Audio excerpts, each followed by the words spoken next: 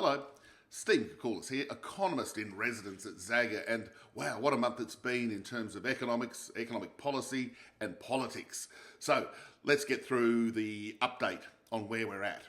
Well, we had the RBA deliver the second interest rate cut in this cycle, so they've trimmed rates by another 0.25%. No real surprises there, but where the surprise was in the RBA and the RBA governor's thinking of where the risks are to the economy. First of all, they're confident now that inflation's in the target range. So that's a tick and great news that we've got over that inflation problem from a year or two ago. Where the interesting thing came, and this is why they considered a 50-point cut at the most recent meeting, was because of global events. That while there's a bit of a lull in the tariff war at the moment, as there's bilateral negotiations between the Chinese and the US and Europeans and the US and a whole lot of other dynamics going on in the global trade space, we do know that tariffs will still be higher at the end of this process than they were at the beginning of the process, that high tariffs put a dampener on global economic growth, and that Australia, which has roughly a quarter of its economy linked to the export sector, will suffer in a global slowdown. And that's from a position where China's already weakened. And indeed, the Chinese authorities are also cutting monetary policy and easing monetary policy too. Such is the problem of the weakness in the Chinese economy. So more rate cuts to come, I think that's fair to say. The other thing, of course, is that we had the re-election of the Labor Party. They won the election, and so we know with a bit more certainty where housing policy is.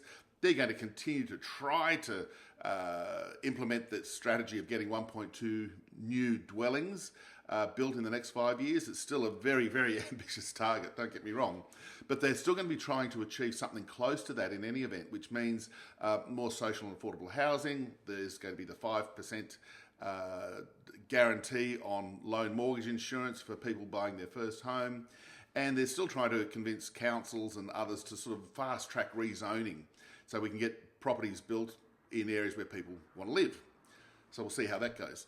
But the other hard news on the economy has been generally disappointing. As I mentioned, inflation data came out slap bang on the 2.5% range for headline, and the underlying momentum is still at that 2.5% rate. Unemployment still low at 4.1%, even though the leading indicators for the labour market are weakening. Job ads, job vacancies are still tracking flat to down. So that's a bit of a worry for the economy. And when we look at the range of other indicators, building approvals, speaking of housing, that had a lovely run up through the course of the last 12 months, but just in the last couple of monthly observations, there's been a little bit of a pullback. So that might have been just a bit of a pre-election pause. So we'll see what happens over the next few months. But we don't have that momentum in the housing construction side of the economy that we thought we had. We've also had disappointing news on consumer sentiment. The business confidence surveys are also subdued. So it's a picture where, look, don't get me wrong, we're not heading for a recession. We're not heading for a hard landing. I don't think there's anything to worry about in that space. But the traction to get stronger growth is no longer there. We probably need the RBA to deliver a few more rate cuts before we can get the consumer spending again, before we get businesses ramping up their capex and hiring again. That's going to take a couple of months to play out. So we're in that sort of moderate economic growth phase with low inflation and just a little bit of a watch on some of the softness in the labour market coming through. Look forward to catching up in real life sometime soon, and thanks very much.